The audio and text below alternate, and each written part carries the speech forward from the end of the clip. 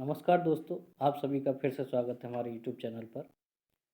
आज हम पृथ्वी की आंतरिक संरचना से संबंधित पार्ट तीसरा लेके आए हैं। पिछले दो पार्टों में एक में हमने मॉडल प्रश्नों को हल किया था, दूसरे पार्ट में प्रीवियस ईयर प्रश्नों को हल किया था। तीसरे पार्ट में हम जितने भी अभी तक अलग अलग परीक्षाओं में पूछे गए हैं उन्हीं सभी को सम्मिलित करके लेके आए हैं। और ये पृथ्वी की आंतरिक संरचना से एक अंतिम वीडियो है। अगर आप इन प्रश्नों को लगाते हैं तो ये आपके लिए काफ़ी फ़ायदेमंद होगा।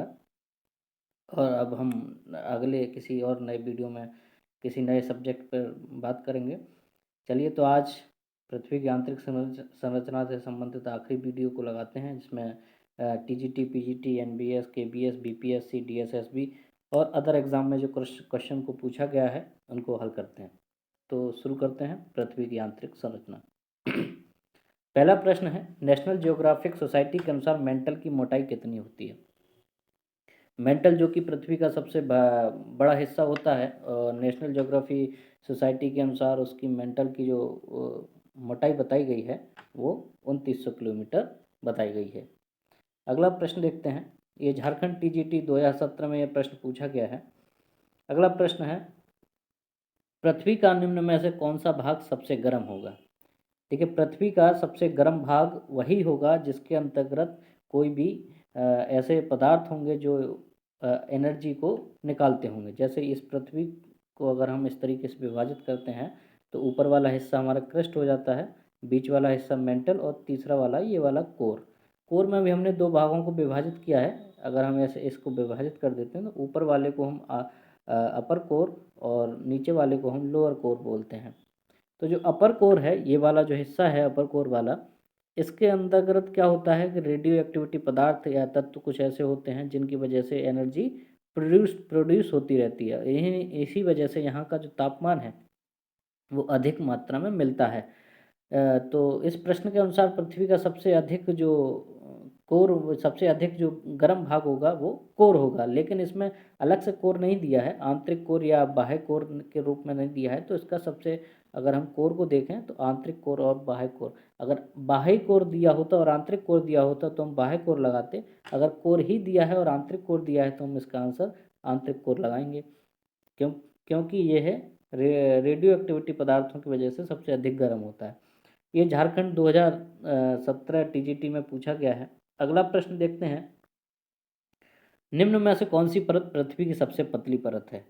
देखिए, जैसे जैसे पृथ्वी नीचे की तरफ जाती है, ऊपर वाले हिस्सा 30 किलोमीटर से लेकर, इसका एवरेज है हमारा 30 किलोमीटर से लेकर 70 किलोमीटर तक क्रस्ट का, फिर बाकी का 2900 किलोमीटर तक मेंटल है, और फिर आगे 6317 किलोमीटर तक कोर का हिस्सा है। तो सबसे पतली परत है ऊपर की 30 से 70 किलोमीटर, ये वाली जो परत है ये सबसे पतली परत होती है। इसमें भी जो है बेसाल्टिक चट्टान, बेसाल्टिक जो है महाद्वीपीय क्रस्ट जो है, इस तरीके से अगर हम इसको विभाजित करते हैं तो ये ऊपर वाला जो हिस्सा है कॉन्टिनेंट का, ये लगभग 30 किलोमीटर, और ये जो नीचे वाला हिस्सा है जिसमें ओशन है, बेसाल्टिक चट्टानों से है, ये 5 से 15 किलोमीटर तक मोटी होती है। और ये वाली जो है 30 से 50 या 40 किलोमीटर तक जो है मोटी होती है। फिर भी यह है संपूर्ण पृथ्वी के जो विभाजित किया गया है मेंटल और कोर का, उसके हिसाब से ये वाली जो परत है सबसे अधिक पतली परत होती है। तो सबसे ऊपर वाली परत कौन सी है? परपटी। ये झारखंड टीजीटी 2017 में प्रश्न पूछा गया है। अगला प्रश्न देखते हैं, मेंटल के ऊपरी हिस्से की सघनता का विस्तार, मेंटल के ऊपरी परत की सघनता का विस्तार कितना है? देखिए, जैसे जैसे हम पृथ्वी के नीचे चलते हैं तो सघनता भी बढ़ती जाती है। जैसे जैसे हम नीचे की तरफ जाएंगे डेंसिटी बढ़ रही है, डेंसिटी भी बढ़ रही है, साथ में तापमान भी बढ़ रहा है। तो ऊपर के ऊपरी हिस्से यानी कि क्रस्ट वाला हिस्से, इससे हमसे पूछा गया है कि क्रस्ट की कितनी डेंसिटी है। इसकी डेंसिटी अलग है, इसकी डेंसिटी अलग है, इसकी डेंसिटी अलग है, और एवरेज जो डेंसिटी है 5.5 है ग्राम पर सेंटीमीटर क्यूब। ये एवरेज है ये वाली 5.5, लेकिन क्रस्ट की अलग है, मेंटल की अलग है और कोर की अलग है। तो हमसे क्रस्ट की पूछा गया है, तो क्रस्ट की 3.2 से लेके 3.5 ग्राम पर सेंटीमीटर क्यूब जो है इसकी डेंसिटी होती है। हम जैसे जैसे नीचे की तरफ जाएंगे तो ये बढ़ती जाएगी। कभी ये जो है नीचे की तरफ 7.2 7.5 इस तरीके से बढ़ती जाती है। ये भी क्वेश्चन TGT 2017 झारखंड TGT में पूछा गया है। अगला हमारा प्रश्न है 5वें नंबर का। इसमें बोला गया है पृथ्वी के अभ्यंतर, अभ्यंतर मतलब नीचे की तरफ कितना है, के बारे में निम्न कथनों का अध्ययन कीजिए तथा नीचे दिए गए कूट से सही उत्तर का चयन कीजिए। बाह्य भूपृष्ठ का औसत घनत्व 2.8 पाया जाता है। देखिए बाह्य भूपृष्ठ यानी कि कृष्ठ से ही पूछा गया है, तो अभी हमने औसत घनत्व देखा है 3.2 से 3.5, तो यहाँ कितना बोल रहे हैं 2.8। ये UPPCS प्री 2006 में ये प्रश्न पूछा गया है, तो इसका आंसर देखते हैं अभी क्या है। तो यहाँ पे क्या है, बाह्य भूपृष्ठ का औसत घनत्व 2.8 पाया जाता है। चलिए इसको भी देख लेते हैं, ये भी कहीं हद तक सही लग रहा है। अगला प्रश्न है भूपृष्ठ यानी कि जो ऊपर वाला है, प्रवार से गुटेनबर्ग असंबद्धता द्वारा पृथक किया जाता है, यानी कि किस डिस्कंटिन्यूटी के द्वारा प्रवार और भूपृष्ठ अलग होता है, यानी कि क्रस्ट और मेंटल किस डिस्कंटिन्यूटी से अलग होता है, गुटेनबर्ग। तो ये गलत है, गुटेनबर्ग से नहीं होता है। अगला है प्रवार और कोर यानी कि मेंटल और कोर सीमा के सहारे लहरों के वेग में अचानक वृद्धि हो जाती है। ये भी ठीक है, अचानक वृद्धि इसलिए हो जाती है क्योंकि P वेव और S वेव है। जो P वेव है वो तो सभी में चली जाती है, वो सॉलिड में भी पास हो जाती है, वो लिक्विड में भी पास हो जाती है, लेकिन S वेव है वो केवल जो है सॉलिड में होती है। तो उसमें क्या होता है कि तीव्र वृद्धि होने लगती है, कभी यहाँ पे भी सॉलिड अधिक मिलता है तो P वेव की में वृद्धि हो जाती है। जैसे ही नहीं, जहाँ पे भी S वेव सॉलिड मिलता है तो S वेव में वृद्धि हो जाती है, जैसे ही कोई लिक्विड आता है तो वहाँ S वेव गायब हो जाती है, P वेव का में वृद्धि होने लगती है। तो अचानक अचानक वृद्धि होने लगती है। पृथ्वी का आंतरिक क्रोड़ गलित अवस्था में पाया जाता है। देखिए पृथ्वी का आंतरिक क्रोड़ यानी कि जो पृथ्वी के कोर का हिस्सा है, अगर हम इसको ऐसे हटाते हैं, ये वाला जो हिस्सा है कोर वाला, इसको दो भागों में अभी बताया, दो भागों में विभाजित है। ऊपर वाला हिस्सा हमारा गलित अवस्था में है और निचले वाला हिस्सा ठोस अवस्था में है। तो ये वाला गलित अवस्था में नहीं है, ऊपर वाला है। और इसमें पूछा है आंतरिक कोर। अगर हम ये पूछता बाह्य क्रोड अगर गलित अवस्था में तो ये ठीक हो जाता, लेकिन ये इसमें पूछा है आंतरिक क्रोड गलित अवस्था में नहीं। आंतरिक क्रोड किस में अवस्था में है, ठोस अवस्था में। किस वजह से है, क्योंकि यहाँ पे निफेग अधिक है, निकेल और फेरस, जो किस अवस्था में, ठोस अवस्था में। तो अगर इस प्रश्न को देखा जाए तो पहला वाला भी ठीक है, पहला ठीक है इसका, और दूसरा ये चौथे नंबर का ठीक है, नहीं चौथा नहीं, तीसरे नंबर का ठीक है। तो इसका सही आंसर क्या होगा, 1 और 3, पहला और तीसरा, ये सी आंसर होगा। अब मैं थोड़ा इसमें बता देता हूँ, ये संबद्धता का लिए एक फॉर्मूला दे देता हूँ, जिससे आप आसानी से पहचान सकते हैं कि कौन सी असंबद्धता किन परतों के बीच में मिलती है। मैं एक फॉर्मूला लिखता हूँ, CMRG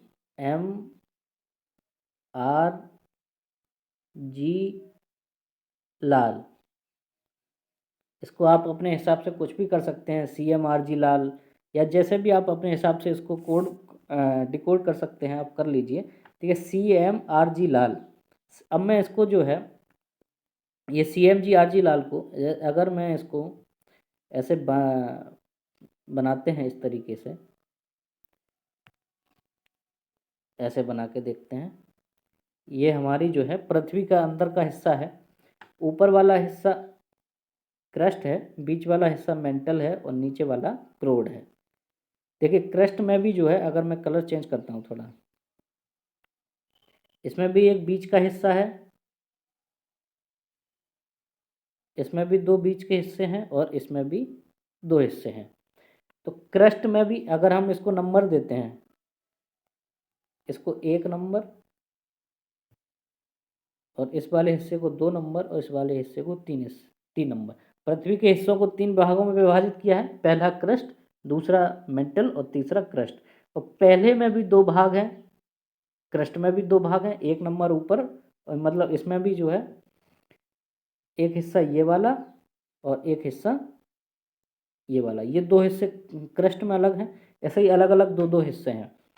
तो पहले में जो है 1 नंबर और 2 नंबर के बीच में, 2 नंबर और 3 नंबर के बीच में, इसके बारे में बताता हूँ कि इनके बीच में क्या क्या मिलता है। देखिए 1 नंबर 1 नंबर के बीच में और 2 नंबर के बीच में, 1 नंबर और 2 नंबर के बीच में मिलती है, इनके बीच में मिलेगी मोहर बेकिक। अब मोहो से याद रख लीजिए, मोहो यानी कि क्रस्ट और मेंटल, क्रस्ट और मेंटल के बीच में है मोहो, और 2 नंबर और 3 नंबर के बीच में कितनी हो जाएगी, 2 नंबर से हम यहाँ से ले लेते हैं, 3 के बीच में क्या हो जाएगी, गुटेनबर्ग, गुटेनबर्ग यानी कि क्रस्ट और मेंटल के बीच में है मोहो और मेंटल और कोर के बीच में है गुटेनबर्ग। ये हो गए हमारे, कितने होंगे, 1 2 3। अब बची 3, क्योंकि हमने क्रस्ट को भी 2 भागों में बांटा है, मेंटल को भी 2 भागों में बांटा है और कोर को भी 2 भागों में बांटा है। अब हम एक ही की देखेंगे, आप इसकी इमेज ले सकते हैं। जो एक बांटा था क्रस्ट, अब क्रस्ट और क्रस्ट में भी हमने 2 हिस्से किए थे, तो ऊपर वाले को हम बोलते हैं, क्रस्ट और क्रस्ट में जो 2 भाग बटे हैं उसको बोलेंगे कॉनराड। किसने बांटा है, कॉनराड। क्रस्ट प्लस क्रस्ट मिलके कॉनराड, कॉनराड। इस तरीके से आप जो है याद कर सकते हैं, क्रस्ट और क्रस्ट के बीच में कॉनराड है। जो दूसरा हिस्सा था मेंटल, तो मेंटल और प्लस मेंटल यानी कि मेंटल और मेंटल के बीच में क्या है, रेपिटी। हिंदी में लिख देता हूँ इसको, रेपिटी।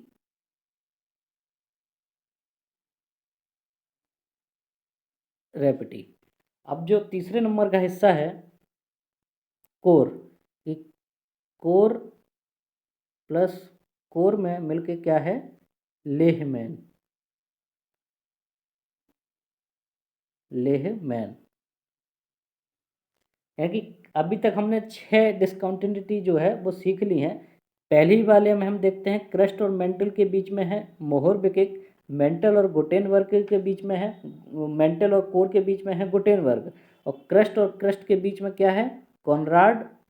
मेंटल और मेंटल के बीच में क्या है, रेपिटी, और कोर के बीच में क्या है, लेहमैन। हम इसको कैसे आसानी से याद रख सकते हैं, इसको हम आसानी से याद रख सकते हैं, CMRG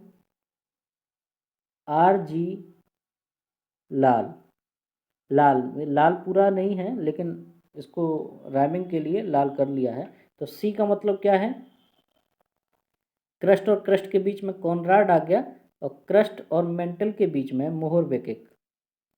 अब मेंटल के बीच में रेपिटी, अब मेंटल और कोर के बीच में गुटेनबर्ग, ये वाला जो जी है ये गुटेनबर्ग, और कोर और कोर के बीच में लेहमैन। ये किस में है, कोर प्लस कोर के बीच में। तो इसका सही आंसर क्या हो जाएगा, 1 एवं 3। अगला प्रश्न देख लेते हैं। अगला है, पृथ्वी का सर्वाधिक आयतन और द्रव्यमान पाया जाता है। पृथ्वी का सर्वाधिक आयतन और द्रव्यमान मेंटल में पाया जाता है, जिसमें 83 और 68%, 83 उसका आयतन है और ये 68% उसका द्रव्यमान है। तो ये इसका आंसर हो जाएगा मेंटल।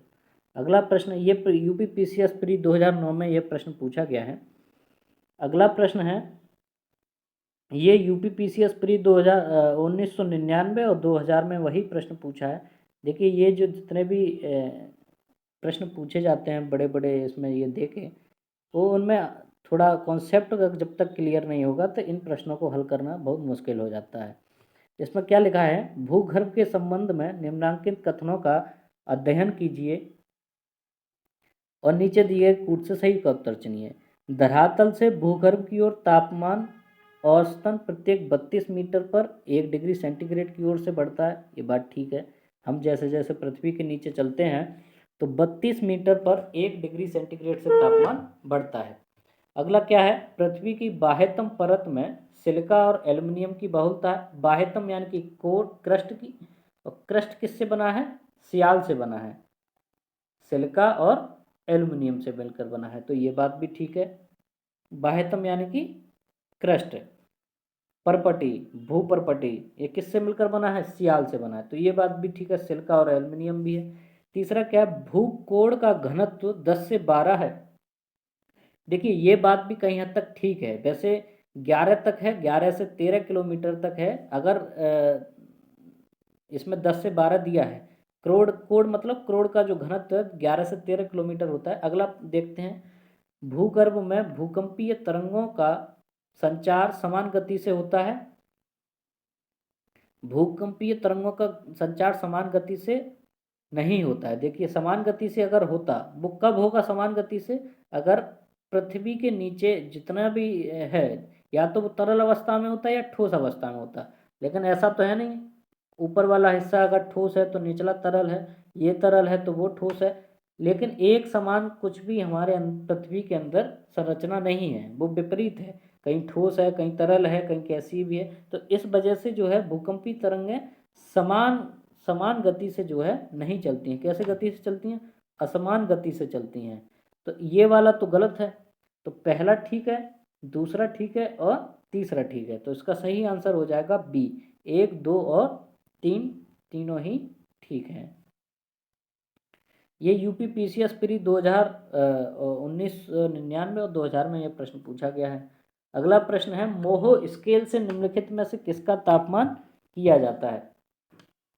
मोहो स्केल जो है चट्टानों की कठोरता के लिए जो है स्केल यूज़ किया जाता है। बाकी का आप जानते होंगे, आकाशीय पिंडों की दूरियों के लिए हम प्रकाश वर्ष का भी यूज़ करते हैं, और बाकी के हैं वायुयान जलयानों की गति के लिए हम नॉटिकल के लिए यूज़ करते हैं, बहते हुए जल के लिए हम क्यूबिक में यूज़ करते हैं। चट्टानों की कठोरता के लिए हम मोहो स्केल का यूज़ करते हैं। यूपी पीसीएस प्री 1992 में यह प्रश्न पूछा गया है। अगला प्रश्न है, पृथ्वी की ग्रह की संरचना मेंटल के नीचे कोर मुख्य रूप से निर्मित होती है। ये मैं पिछले 2 वीडियो में भी यही सब चीज़ें बता चुका हूँ कि जो निचले वाला हिस्सा है वो मुख्य रूप से किस मुख्य तत्व से मिलकर बना है। तो कोर किससे मिलकर बना है? लोहा से मिलकर बना है। ये एमपी असिस्टेंट प्रोफेसर 2018 में यह प्रश्न पूछा गया है। अगला प्रश्न है, ये राजस्थान टीजीटी एसएसटी 2019 में पूछा गया है।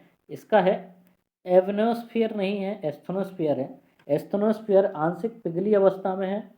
लिथोस्फीयर की मोटाई लगभग 100 किलोमीटर है और महाद्वीपीय क्रस्ट मुख्यतः ग्रेनाइट से बनी है और पृथ्वी का कोर मुख्यतः मैग्नीशियम से बना है। देखिए, पहला अगर हम इसको पढ़ते हैं कि पृथ्वी का कोर मैग्नीशियम से बना है, अगर हमको नहीं भी ये प्रश्न आता है तब भी हम इस चीज़ को तो हम हटा ही सकते हैं कि पृथ्वी का कोर किससे बना है?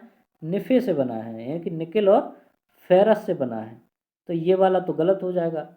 अब हमारे पास डी गलत हो गया, तो डी तो इसमें भी है, डी इसमें भी है, डी इसमें भी है। ऐसे भी हम इसको निकाल सकते हैं। इसका आंसर वैसे भी निकल आएगा ए बी सी, ठीक है। लेकिन हमको और अगर पता है महाद्वीपीय मुख्यतः किससे बनी है? ग्रेनाइट। देखिए, महाद्वीपीय जो क्रस्ट है वो ग्रेनाइट से बनी है। अगर हम इसको इस चित्र से देखें तो ये अगर ऊपर वाला महाद्वीप है तो ये किससे बन के मिलकर बना है? ये ग्रेनाइट से मिलकर बना है। और ये जो समुद्र वाला हिस्सा है ये किससे मिलकर बना है? बेसाल्ट से बनकर बना है। किससे? ये बेसाल्ट से मिलकर बना है। तो ये वाला भी ठीक है। लिथोस्फीयर की मोटाई लगभग 100 किलोमीटर है। लिथोस्फीयर क्या है? अगर हम इसको ऐसे बना के, ऐसे हम बनाते हैं, ऊपर का हिस्सा लिथोस्फीयर, नीचे का हिस्सा एस्थनोस्फीयर।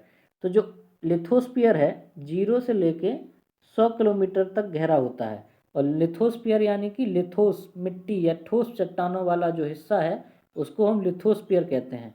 इसी को हम जो है सियाल में भी विभाजित करते हैं, इसी को हम क्रस्ट में भी विभाजित करते हैं। तो ये जो लिथोस्फीयर है वो उसकी मोटाई कितनी है? 100 किलोमीटर। तो इस हिसाब से ये वाला भी सही है। इस हिसाब से ये वाला भी सही है, ये वाला। अब उसमें क्या है? एस्थनोस्फीयर आंशिक पिघली अवस्था में है। अब इसको हम देख लेते हैं। एस्थनोस्फीयर जो है आंशिक पिघली अवस्था में, अगर हम इसको ऐसे बनाते हैं तो ऊपर का हिस्सा लिथोस्फीयर, ये वाला हिस्सा लिथोस्फीयर, उसके नीचे है एस्थनोस्फीयर।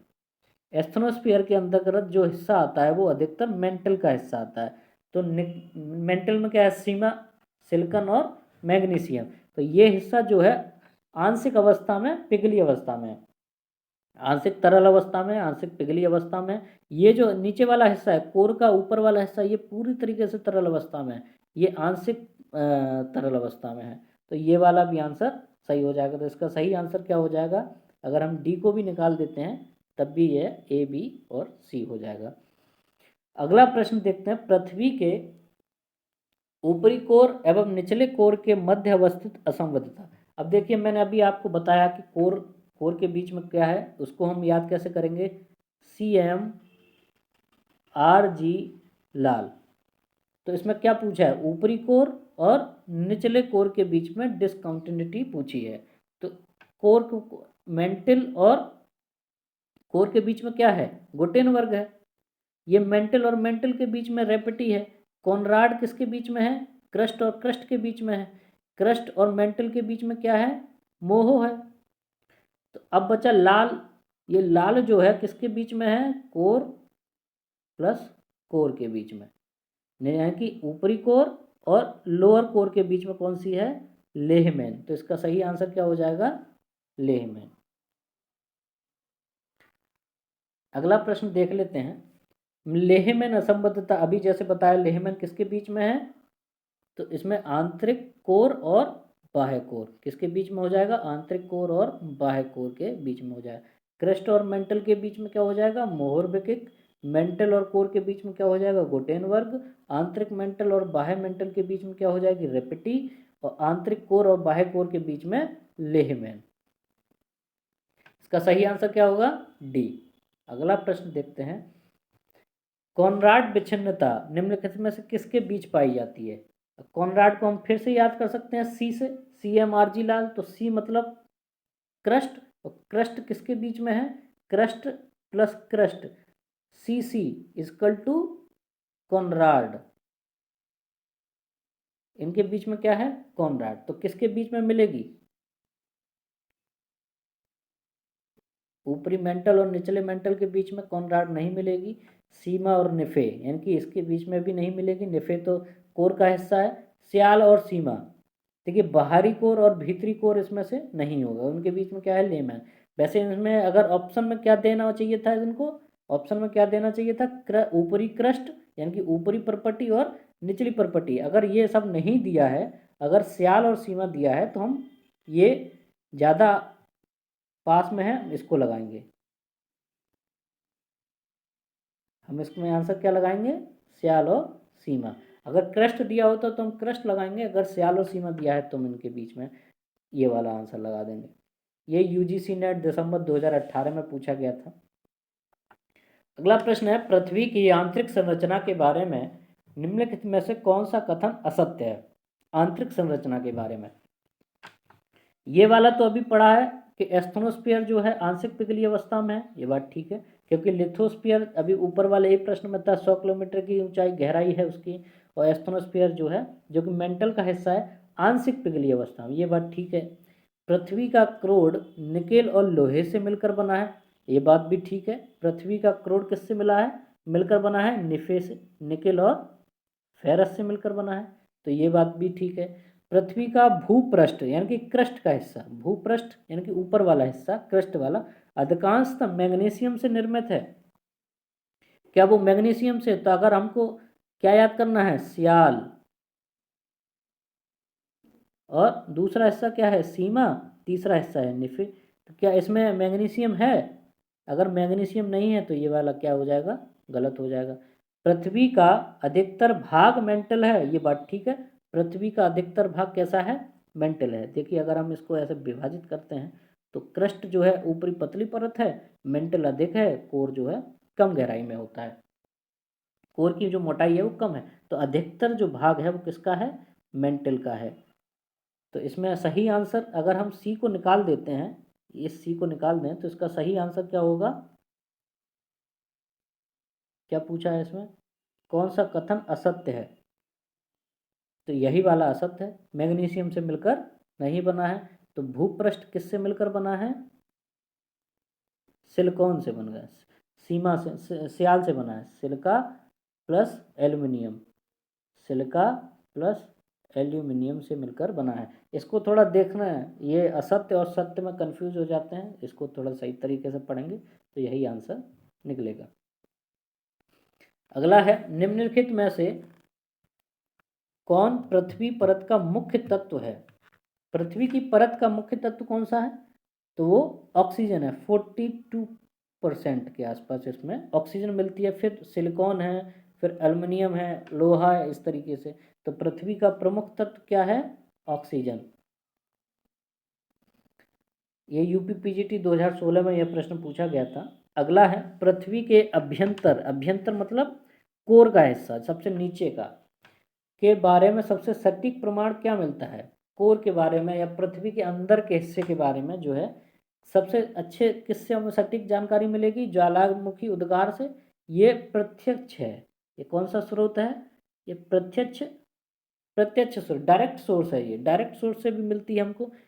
घनत्व, दाब और ताप से जो भी हमको मिलता है कि कहाँ घनत्व ज़्यादा है, कहाँ दाब अधिक है, कहाँ ताप अधिक है, इससे हम जो है पता कर लेते हैं कि कहाँ पर जो है तरल अवस्था होगी, कहाँ ठोस अवस्था होगी। लेकिन हम किस विज्ञान से जो है सबसे अधिक सटीक पता कर सकते हैं? तो वो हम भूकंप विज्ञान से सबसे अधिक सटीक कर सकते हैं, क्योंकि इसमें हम जो तरंगे हैं, पी तरंगे हैं, एस तरंगे हैं, एल वेव्स हैं, इनके माध्यम से हम जो है इनकी पृथ्वी के बारे में सही से जानकारी प्राप्त कर लेते हैं।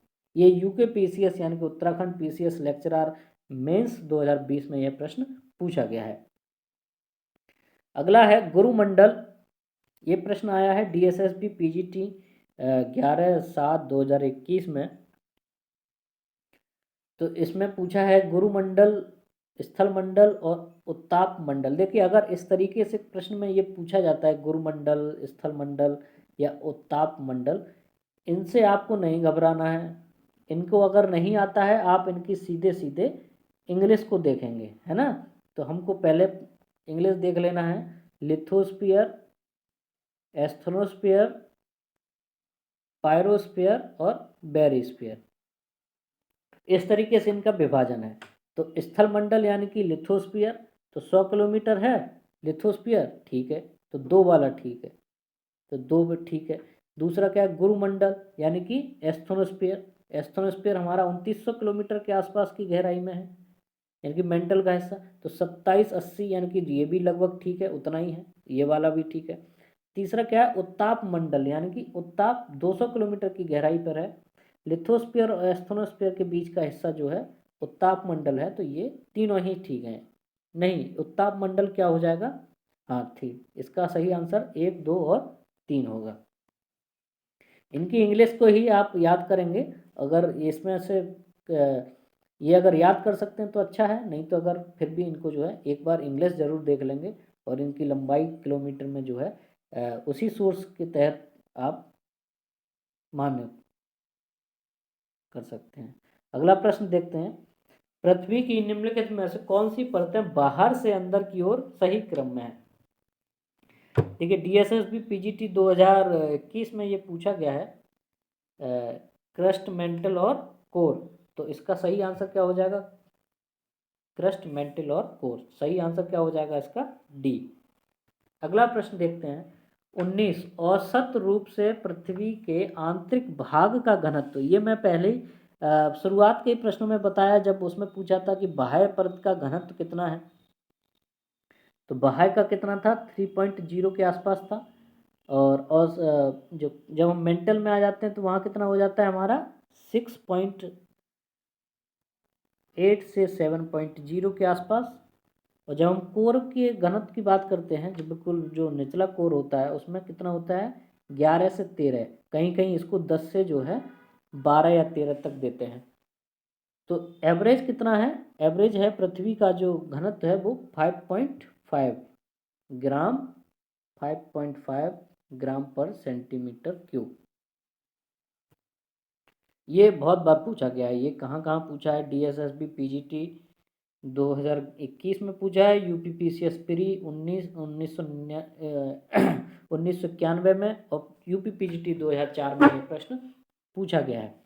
अगला प्रश्न है, और जो कि इस सीरीज का भी ये अंतिम प्रश्न है, और यहाँ से आप अब सभी प्रश्नों को सीख सकते हैं। अगर आपको ये पूरा कॉन्सेप्ट को सीखना है तो आप कमेंट में लिखिए, हम इस पर एक विस्तृत वीडियो फिर से बनाएंगे और उसमें सभी कॉन्सेप्ट को लेके एक बार एक ही क्लास में आप इस चीज़ को समझ जाएंगे कि पृथ्वी के अंदर घनत्व, तापमान, दाब, प्रत्यक्ष सोर्स और डायरेक्ट सोर्स और इनडायरेक्ट सोर्स क्या है, कैसे हम पृथ्वी के अंदर की संरचना को अच्छे से समझ सकते हैं। उसके लिए हम अलग से एक वीडियो बना लेंगे कॉन्सेप्ट वाली। ये तो सिर्फ प्रश्न है, अगर आप ऐसा कुछ चाहते हैं तो कमेंट करिए। बिचार्ड गुटेनबर्ग असंबद्ध तार निम्नलिखित में से किसके बीच स्थित है? बताया था वही CMRG लाल। तो जी मतलब किससे मिलता है? मेंटल और कोर के बीच में। तो ऊपरी मेंटल तो होगा नहीं, ऊपरी मेंटल किससे मिल जाएगा? क्रस्ट से जाके। तो सबसे हम पहले क्या देखेंगे, अगर हम ये नहीं पता है हमको, ऊपर क्रस्ट मेंटल कोर ही पता है, अगर हमका डिवीजन भी पता है कि ऊपरी कोस्ट क्रस्ट, निचली क्रस्ट, ऊपरी मेंटल, निचली मेंटल, ऊपरी कोर और निचली कोर, अगर हमको इस प्रश्न को नहीं भी आता है तो हम सबसे पहले ऊपरी मेंटल हटा देखते हैं और ऊपरी क्रस्ट और ऊपरी क्रस्ट को हटा सकते हैं। हम तो ऐसे ही निकाल सकते हैं इसका आंसर निचली मेंटल और ऊपरी कोर के मध्य में होगा।